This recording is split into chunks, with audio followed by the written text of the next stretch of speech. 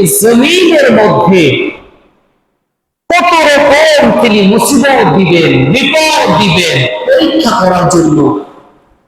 কখনো corona virus দিয়ে, কখনো ঘূর্ণিঝড় দিয়ে, কখনো বন্যা দিয়ে, কখনো ফসল নষ্ট করে, কখনো রোগ দিয়ে, মহামারী, প্লেগ, এক একটার পর এক একটা আল্লাহ দিয়ে আমাকে আপনাকে আল্লাহ এই যে গজব দিচ্ছেন, আযাব দিচ্ছেন, পরীক্ষা করতেছেন বান্দা। এই অবস্থায় তোমার করণীয় কি? এই বিপদের সম্মুখীন হয়েছ, এই অবস্থায় তোমার করণীয় কি? তুমি কি করবে? আগের মতোই থেকে যাবে? আগের মতো জিন্দেগি জীবন যাপন করবে?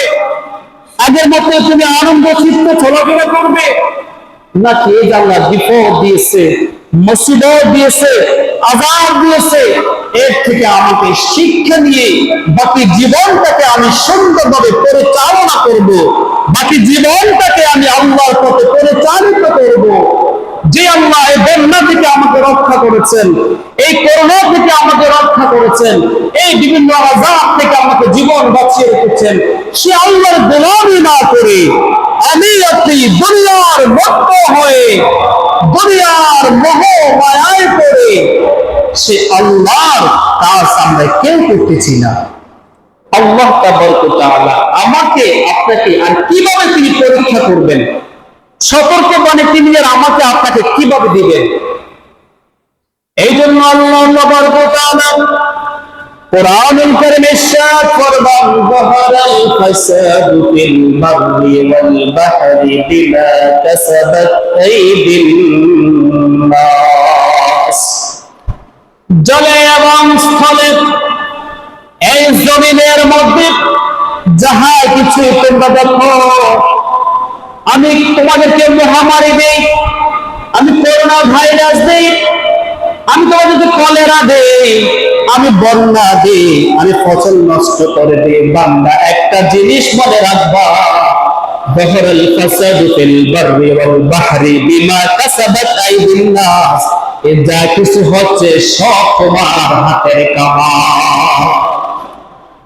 তুমি গুনাহ করতে করতে এমন পর্যায়ে চলে গিয়েছো, অন্যায় অপরাধ করতে করতে বান্দা সীমা লঙ্ঘন করে ফেলেছ, এবং তোমার সামনে যখন কোনো অন্যায় কাজ করা হয় তুমি দেখো না দেখার ভান করে চলে যাও। এটাকে প্রতিহত করার জন্য তোমার একটু উদ্বেগ হয় নাই। এই জমিনের মধ্যে তুমি যাহা কিছু দেখতেছ সব তোমাদের হাতের প্রমাণ। এই যে বন্যায় আজ অনেক জনের জীবন কেড়ে নিয়েছে, এই বন্যা অনেকজন মানুষের জীবন চলে গিয়েছে। হয়তো আমরা যারা সুখী আছি, আমাদের মাঝে বন্যা আসে নাই, ওরকম পানি হয় নাই, ক্ষতি হয় নাই, আমরা সেটা উপলব্ধি করতে পারি নাই। আপনারা যারা সোশ্যাল মিডিয়া দেখেছেন, ফেসবুক হোক, ইউটিউব হোক, যেভাবে হোক আপনারা খবরে দেখেছেন, নিউজে দেখেছেন যে 11টি জেলায়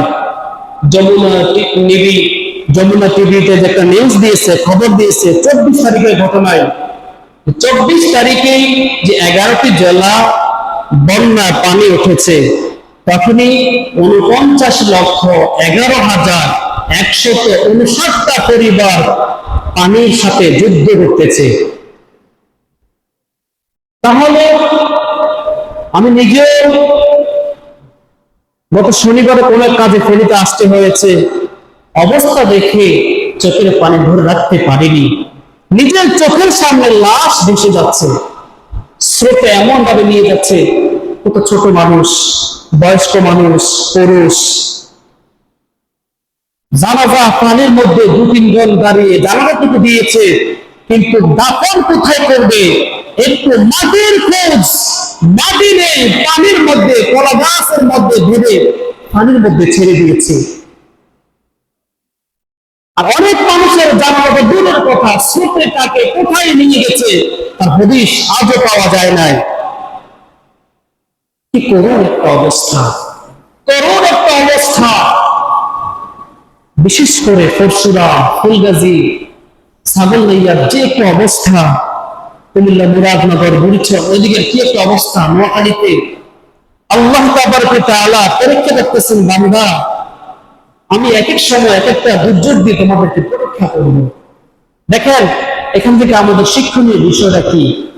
এই যে এত বড় বিপদ হয়েছে, অনেক মানুষের জীবন চলে গিয়েছে, আমরা যে যেখানে পেরেছি আমরা আশ্রয় কেন্দ্রে গিয়েছি। এই আশ্রয় কেন্দ্রে গিয়েছি ঠিকই, এত বড় বিপদ আল্লাহ আমাকে আপনাকে দিয়েছে। দেখা যায় যে মানুষটা আগে নামাজ পড়তো না, সে এখনো নামাজ পড়ে নাই, শেষ নিয়মিত খাবার খাচ্ছে, খাবার পাচ্ছে, আশ্রয় কেন্দ্রে আরাম করে ঘুমাচ্ছে। এবং আমি দেখেছি মসজিদের দোতলায় কিংবা মাদ্রাসা, হেফজখানায়, মাদ্রাসাগুলোতে মানুষ আশ্রয় নিয়েছে, নিচতলা নামাজ হচ্ছে, উপরতলা মানুষ ঘুমিয়ে আছে। আল্লাহ আমাদেরকে কিরণে সতর্ক বানিয়ে দিবে, বান্দা এত বড় মুসিবত দিয়েছি, তুমি আগের সব কিছু ভুলে গিয়ে নতুন জীবন যাপন করো। আল্লাহ আমাকে এখনো সুস্থ রেখেছেন, বাঁচিয়ে রেখেছেন। এই যে মানুষগুলো জীবন দিয়েছে, স্রোতে অনেক মানুষগুলোকে ভাসিয়ে নিয়ে গেছে, আল্লাহ এখন আমাকে জীবিত রেখেছেন। আমি আল্লাহর নিয়ামতের শুকরিয়া আদায় করব, আল্লাহর গোলামি করব, ইবাদত করব, গুনাহগুলো ছেড়ে দিয়ে বাকি জীবনটাকে আমি হকের পথে প্রতিষ্ঠিত করব। কিন্তু আমি আপনি দুনিয়ার সেগুলো বলে দিয়ে খাবারের জন্য পাগল করা হয়ে আছি। নামাজ নেই, গত শুক্রবার আমি আসতে পারিনি, আমার বাড়িতে পানি, এবং পানিতে আমি আসতে পারিনি, অনেক পানি দিয়ে নামাজে গিয়েছে বাড়ির মসজিদে, অল্প কয়েকজন ছাড়া বাকি সবাই দুনিয়ার কাজে ব্যস্ত। আল্লাহ তাবারক ওয়া তাআলা আমাদেরকে আর কি দিলে আমাদের হুঁশ হবে, কি দিলে আমাদের জ্ঞান ফিরে আসবে?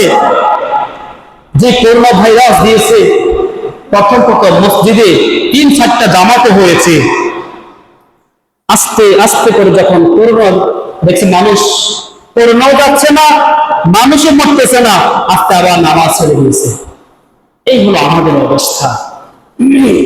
সম্মানিত সুধী, আসুন এই সমস্ত মুসিবত গুলো থেকে আমরা একটু শিক্ষা নিই। যে আমার ভাইগুলো জীবন দিয়েছে, আপনারা দেখেছেন কত ছোট্ট ছোট্ট মানুষ, বাচ্চাদের লাশ, তাদের কি অপরাধ ছিল? তাদের কোনো গুনাহ ছিল না? কত মা তার সন্তানকে পাতিলের মধ্যে, বলের মধ্যে, বিভিন্ন জিনিসের মধ্যে ভাসিয়ে দিয়েছে। আমি তো চলে যাচ্ছি, আমি তো মরে যাচ্ছি, হয়তো কোন একটা মানুষ যে তাকে পা বাঁচিয়ে রাখবে, জীবনটা যুদ্ধে সংগ্রাম করতেছে, আর আমি আপনি আরাম করে শুয়ে শুয়ে খাচ্ছি, নামাজ নাই, আল্লাহর ভয় নাই। এই জন্য সমস্ত জিনিসগুলো থেকে যে আল্লাহ বন্যা দিয়েছেন, যে আল্লাহ করোনা দিয়েছেন, সে আল্লাহ শুক্রবারকে শনিবার করতে পারে, শনিবারকে সোমবার করতে পারে। সে আল্লাহ এমন হয়েছে যে তিনি সূর্য আলো না দেখাতে পারেন, আবার উত্তপ্ত গরম তিনি আমাকে আপনাকে দিতে পারেন। সে আল্লাহ মুহূর্তের মধ্যে, গত বুধবার আগের বুধবার যে আধা ঘন্টার মধ্যে ফেনী শহরটা ডুবে গিয়েছে, এই যে পানির স্রোত, তীব্র স্রোত, আমরা হয়তো অনেকে অনেকভাবে মন্তব্য করি, ইন্ডিয়া পানি ছেড়েছে কিংবা না ছেড়েছে, সেটা আমি যাব না। আমার কথা হচ্ছে এটা আমার আপনার হাতের কামাই, সে ছাড়ছে কিনা সেটা ভিন্ন কথা, কিন্তু আমরা জমিনের মধ্যে যখন পা বেড়ে যায়, আল্লাহ তখন এক একটা করে একটা আযাব দিয়ে যায়। এই জন্য এই সমস্ত জিনিসগুলো যখন হয়, আমাদের শিক্ষা নিতে হবে, আমাদের গুনার কারণে, আমাদের পাপের কারণে তো এগুলি হচ্ছে। এই জন্য আল্লাহ হাবিব সাল্লাল্লাহু আলাইহি সাল্লাম বলেছেন, আসমান থেকে যখন বৃষ্টি হয়, যেই পরিমাণ বৃষ্টি হয়, বৃষ্টির সাথে সাথে আল্লাহ তাবারক ওয়া তাআলা ওই পরিমাণ রহমত নাজিল করে দেন। সম্মানিত সুধী, যেন আমাকে আপনারা শিক্ষা নিতে হবে যে আল্লাহ তাবারক ওয়া তাআলা এই দুনিয়াতে সৃষ্টি করেছেন তো আমাকে আপনাকে তার ইবাদত করার জন্য।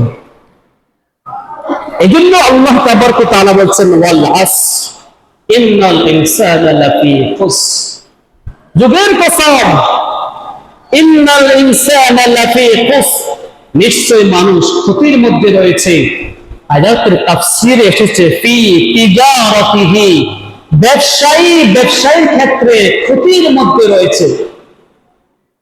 এই সূরা কেন নাযিল হয়েছে? আবু বকর সিদ্দিক রাদিয়াল্লাহু তাআলা আনহু, তিনি যখন জাহেলি যুগে এখনো মুসলমান হন নাই, এই আবু বকর সিদ্দিক রাদিয়াল্লাহু তাআলা আনহু জাহেলি যুগে তিনি ব্যবসা বাণিজ্য করতেন। ওই সময় তার এক বন্ধু ছিল কালাদা ইবনে উসাইদ। আবু বকর সিদ্দিক রাদিয়াল্লাহু তাআলা আনহু যখন ইসলাম ধর্ম গ্রহণ করলেন, ওই কালাদা ইবনে উসাইদ বললেন, আবু বকর, তোমার কি মাথা খারাপ হয়েছে?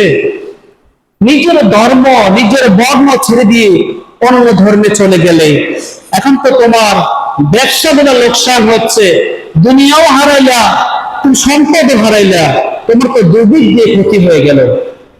আবু বকর সিদ্দিক রাদিয়াল্লাহু তাআলা আনহু বললেন, রে নির্ভয়, ওরে বোকা, যে ব্যক্তি আল্লাহ তাআলার প্রতি ঈমান আনে, পরকালকে বিশ্বাস করে, সে কখনোই লোকসানিত হয় না, সে কখনো ক্ষতিগ্রস্তের মধ্যে থাকে না। যে বরঞ্চ যারা আল্লাহ তাআলার প্রতি ঈমান আনে নাই, তারাই রয়েছে ক্ষতির মধ্যে, তারাই হচ্ছে লসের মধ্যে। আমি যে আল্লাহ তাআলার প্রতি ঈমান এনেছি, আমি কোনো ক্ষতির মধ্যে নই। এই প্রেক্ষাপটে আল্লাহ তাআলা সূরাটুকু নাযিল করেছেন যে ইন্নাল ইনসানা লাফি খুসর, আই ফি তিজারাতিহি, ব্যবসায়ীর ক্ষেত্রে মানুষ ক্ষতির মধ্যে রয়েছে। বড় আফসোস, আমাদের এই দেশের মানুষের কবে যেন হুঁশ হবে। দেখেন, বন্যা যখন এসেছে, মানুষগুলো নিজের জানটা নিয়ে বাঁচার জন্য কত কষ্ট, কত আত্মীয় স্বজন বাড়িতে চলে গিয়েছে, নিজের বাড়িটাকে ফাঁকা বাড়িতে রেখে গিয়ে মাল সামান, টাকা পয়সা, কাগজপত্র, প্রয়োজনীয় সব নষ্ট হয়ে গিয়েছে। শুধু জীবনটাকে বাঁচাতে গিয়ে সাঁতরিয়ে সাঁতার কাটিয়ে যে যেভাবে পেরেছে আশ্রয় নিয়েছে। ওই অবস্থায় আমার আপনার করণীয় কি ছিল? ইনসাফ, আইদিল, ন্যায় বিচার। ওই অবস্থা দেখেন যে মানুষগুলো টাকা পয়সা সাথে নেই, সব নষ্ট হয়ে গিয়েছে। তখন আমরা কি করি? দ্রব্যের দাম এত গুণ বাড়াইয়া দেই। যে লোকটা এক লোকমা খাবারের জন্য যুদ্ধ করতেছে, যে লোকটা জীবনটাকে বাঁচানোর জন্য যুদ্ধ করতেছে, এই সুযোগে আমরা ব্যবসায়ীরা একটা সুযোগ খুঁজি।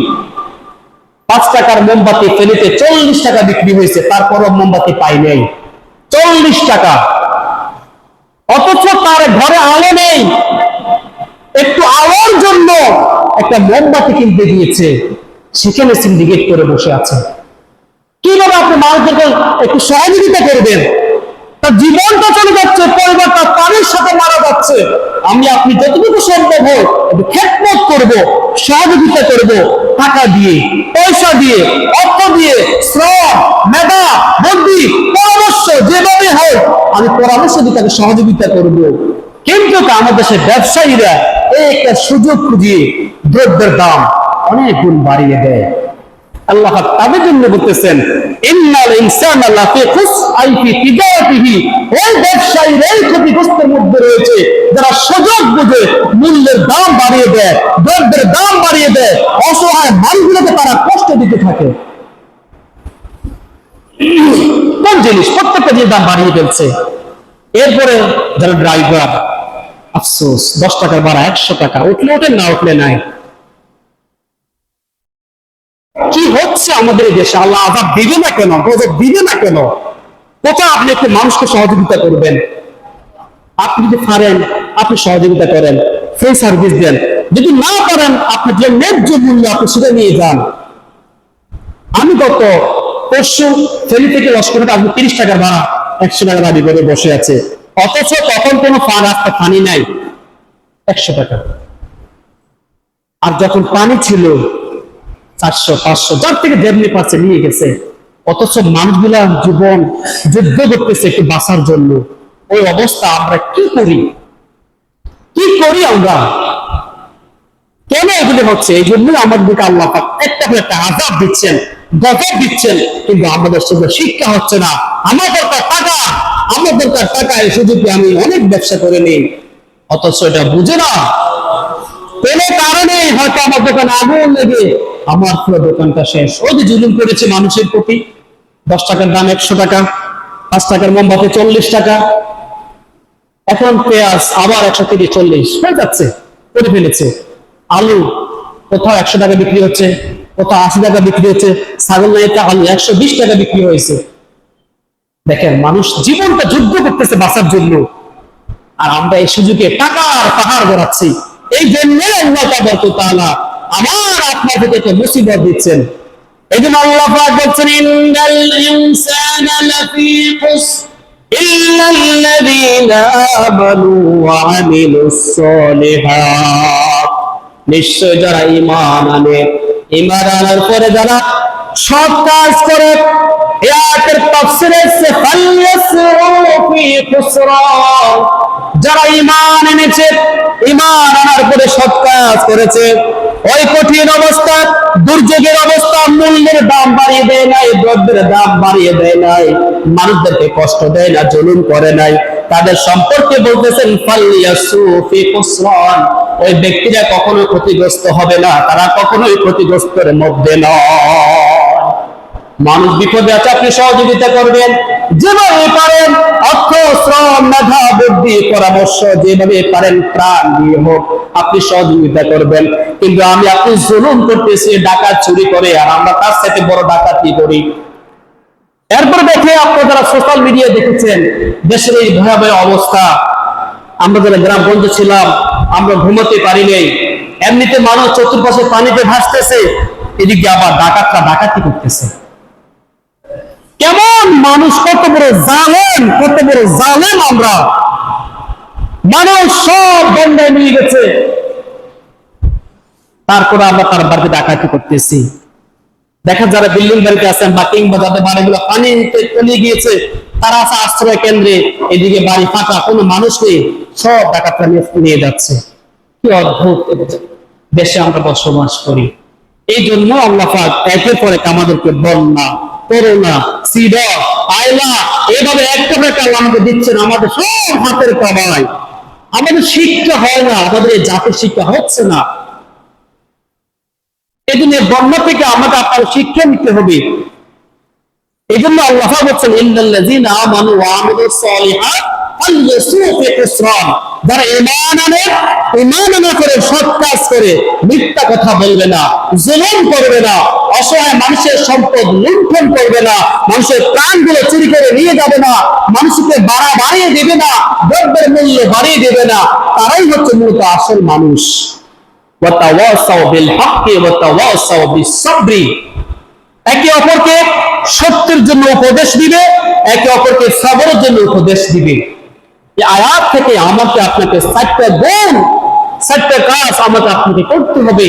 প্রথমটা হচ্ছে ঈমান, 2 নম্বর হচ্ছে নেক আমল, 3 নম্বর হচ্ছে সত্য কাজের প্রতি মানুষদেরকে আদর্শ উপদেশ দেওয়া, 4 নম্বরটা হচ্ছে সবর, ধৈর্যের জন্য একে অপরের উপদেশ গ্রহণ করা। 4টা কাজ আমার আপনার জীবনে লাগবেই।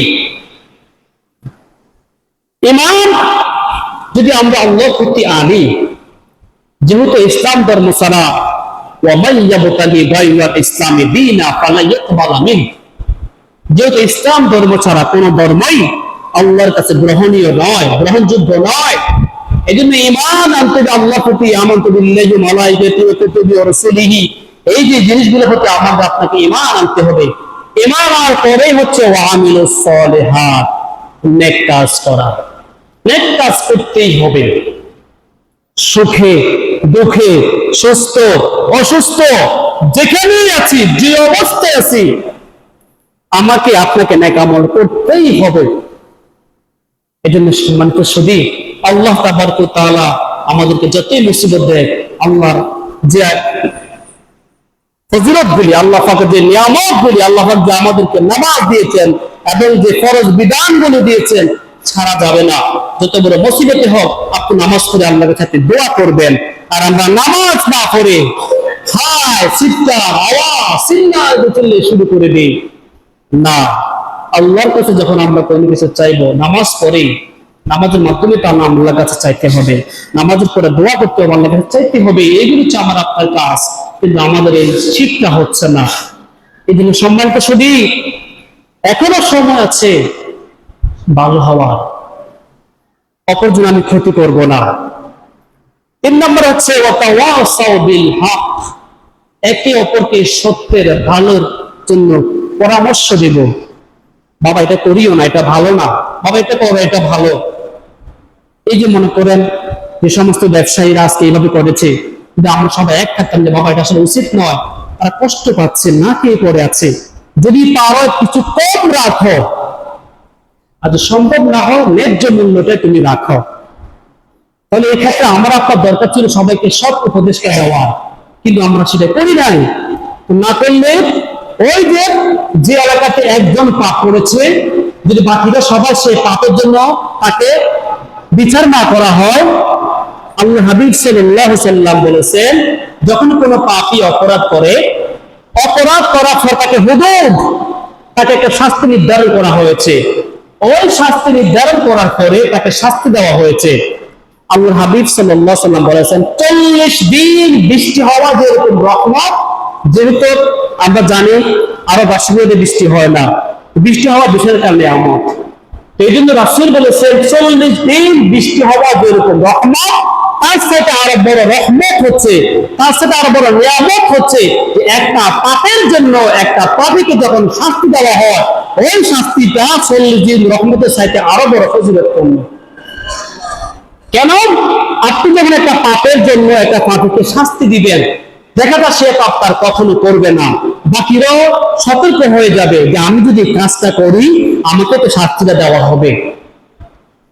এই জন্য যখন আমার কোন একটা ভাই খারাপ কাজ করতে যাবে, ব্যবসার ক্ষেত্রে সিন্ডিকেট করতে যাবে, দ্রব্যের মূল্য বাড়িয়ে দিবে, মানুষের টান গুলো সে এখান থেকে লুণ্ঠন করে নিয়ে যাবে, লুট করে নিয়ে যাবে, আপনি বলবেন যে না বাবা এটা ভালো না, এটা ভালো না, এটা তোমার আমার হক না, এটা তার হক, কেন তুমি অবস্থা করতেছো? এই জন্য আমরা সব ভালো উপদেশগুলি মানুষকে আমরা দিব।